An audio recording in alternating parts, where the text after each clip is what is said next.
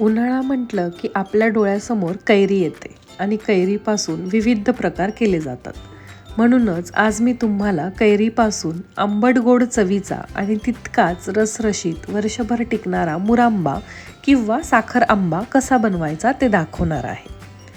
1 किलोच्या प्रमाणात हा साखर आंबा कसा बनवायचा आणि तो वर्षभर टिकून ठेवण्यासाठी काय करायचं याच्या टिप्ससुद्धा मी आज तुम्हाला देणार आहे. फक्त 2 पदार्थांचा वापर करून इतका रसरशीत आणि तितकाच चविष्ट मुरांबा कसा करायचा ते आपण पाहूया. कुणालाही जमेल इतकी साधी सोपी पद्धत आहे आणि शिवाय घरच्या घरी तयार करता येतो आणि झटपट सुद्धा तयार होतो. चला तर मग लगेचच पाहूया वर्षभर टिकणारा आंबट गोड चवीचा साखर आंबा किंवा मुरांबा कसा बनवायचा ते. नमस्कार, मी स्नेहाज किचन स्टोरीजमध्ये तुम्हा सर्वांचं खूप खूप स्वागत करते. आता आपण पुढील कृतीला सुरुवात करू. आता इथे मी 1 किलो तोतापुरी कैऱ्या घेतलेल्या आहेत. त्या मी 1 तास पाण्यामध्ये भिजत ठेवल्या होत्या. कैरी निवडताना कैरी कडक अशी निवडून घ्यायची, जेणेकरून आतला बाठा पूर्ण तयार झालेला असेल अशाच कैरीची निवड करायची. कैरी पाण्यामध्ये भिजत ठेवताना कैरीच्या देठाकडची बाजू पाण्यामध्ये व्यवस्थित बुडली जाईल याची काळजी घ्यायची, त्यामुळे कैरीचा चीक निघून जाण्यास मदत होतो. आता कैऱ्या 1 तास भिजून झाल्या की त्या आपल्याला कोरड्या कपड्याने स्वच्छ पुसून घ्यायच्या आहेत. कैरीला अजिबात पाण्याचा अंश राहणार नाही याची काळजी घ्यायची, कारण आपल्याला हा मुरंबा वर्षभर टिकवून ठेवायचा आहे, त्यामुळे कैरीला पाणी राहता कामा नये. आता आपण या कैरीच्या देठाकडचा भाग काढून घेणार आहोत. त्यामुळे जर कैरीला चीक असेल तर तो निघून जातो. अशा प्रकारे मी 3ही कैऱ्यांची देठाकडची बाजू काढून घेतलेली आहे. आता त्यानंतरनं पिलरच्या मदतीने आपण कैरीची साल काढून घेणार आहोत. 3ही कैरीची व्यवस्थित साल आपल्याला काढून घ्यायची आहे. आता मुरंबा बनवताना एक काळजी घ्यायची, ती म्हणजे जी पण भांडी आपण मुरंबा बनवताना वापरणार आहोत ती व्यवस्थित कोरडी असावीत आणि कोरड्या कपड्याने पुसून घेतलेली असावेत. कुठेही पाण्याचा एक थेंबही अंश राहणार नाही याची काळजी घ्यायची. त्यानंतरनं मोठ्या छिद्रांची खिसणी आपल्याला वापरायची आहे आणि या खिसणीच्या मदतीने आपल्याला कैरी खिसून घ्यायची आहे.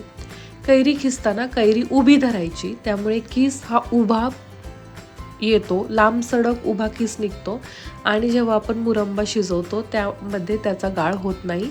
त्याचे असे थोडेसे तुकडे आपल्याला खाताना लागतात. खिसणी वापरताना मोठ्या छिद्रांचीच वापरायची. जर बारीक छिद्रांची खिसणी वापरली तर कैरीचा अतिशय बारीक किस होतो आणि जेव्हा आपण तो मुरंबा शिजवतो त्यामध्ये त्याचा पूर्णतः गाळ होतो.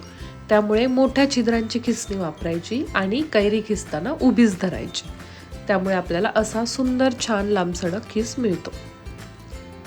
आता तुम्ही इथे पाहू शकता कैरीमध्ये व्यवस्थित बाठा तयार झालेला होता. अशीच कैरी आपल्याला व्यवस्थित निवडून घ्यायची आहे.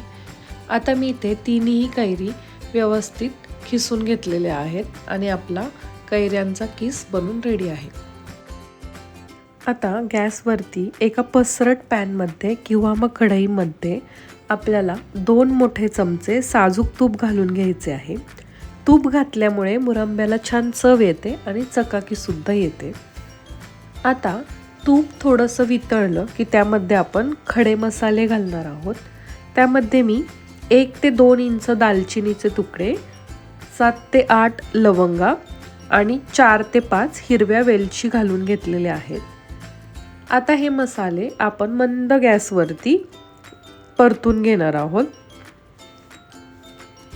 आता हे अर्धा ते 1 मिनिट बारीक गॅसवरती परतून घेतले की आपण त्यामध्ये किसलेल्या कैरीचा किस मोजून घालणार आहोत. आता कोणतंही एक वाटीच्या साह्याने तुम्ही हे मोजून घ्या. आता मी इथे एक बाउल घेतलाय, त्या बाउलच्या मदतीने मी हा किस मोजून घातलाय.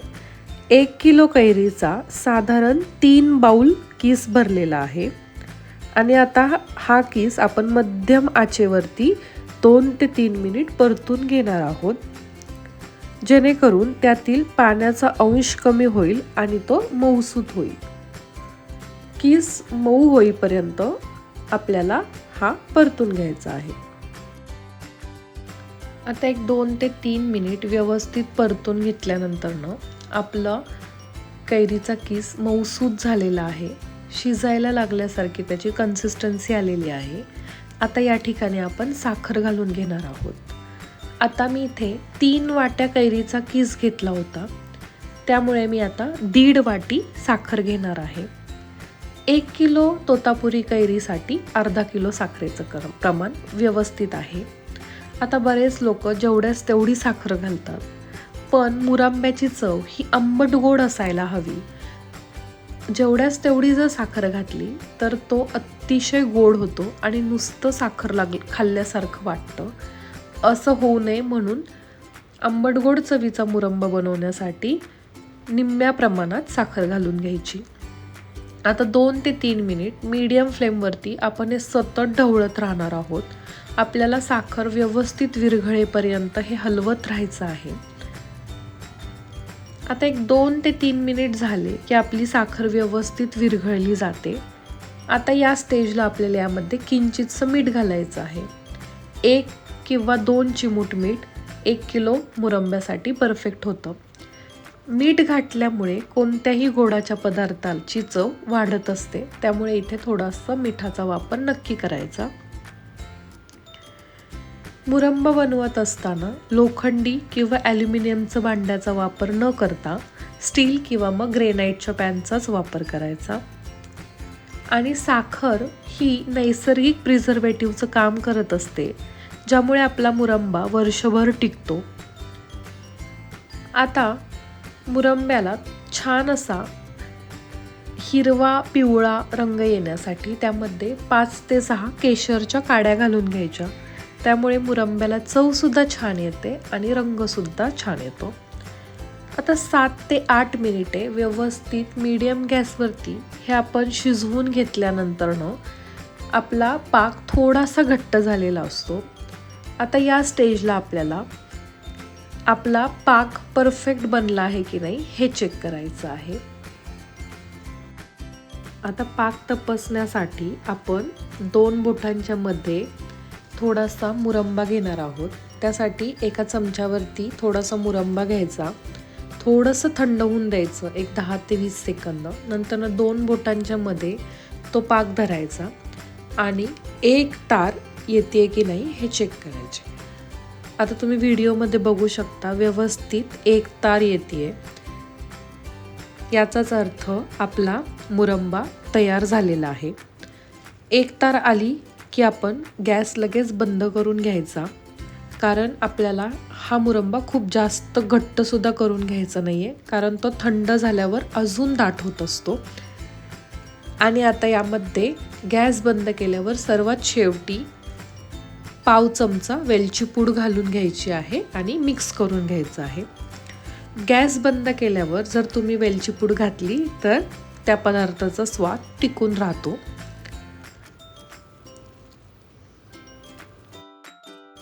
आता इथे मी व्यवस्थित मुरंबा पूर्णपणे थंड होऊन दिलेला आहे. आता मुरंबा स्टोअर करण्याच्या टिप्स. पहिली तर मुरंबा पूर्णपणे थंड होऊन द्यायचा. थंड झाल्यावर तो काचेच्या स्वच्छ आणि कोरड्या बरणीत भरून ठेवायचा. बरणी स्वच्छ धुवून कोरड्या कपड्याने पुसून घ्यायची. त्यामुळे आपला वर्षभर हा मुरंबा टिकण्यास मदत होते. मुरंब्याला बुरशीसुद्धा लागत नाही. हा मुरंबा तुम्ही फ्रीजमध्ये सुद्धा स्टोअर करून ठेवू शकता. तर तुम्हाला रसरशीत साखर आंबा आपला मुरंबा याची रेसिपी कशी वाटली हे तुम्ही मला कमेंटमध्ये नक्की सांगा. व्हिडिओ आवडला असेल तर व्हिडिओला लाईक करा आणि आपल्या स्नेहाज किचन स्टोरीजला सबस्क्राईब करायला विसरू नका. तोपर्यंत असेच खा, प्या आणि मस्त रहा. धन्यवाद.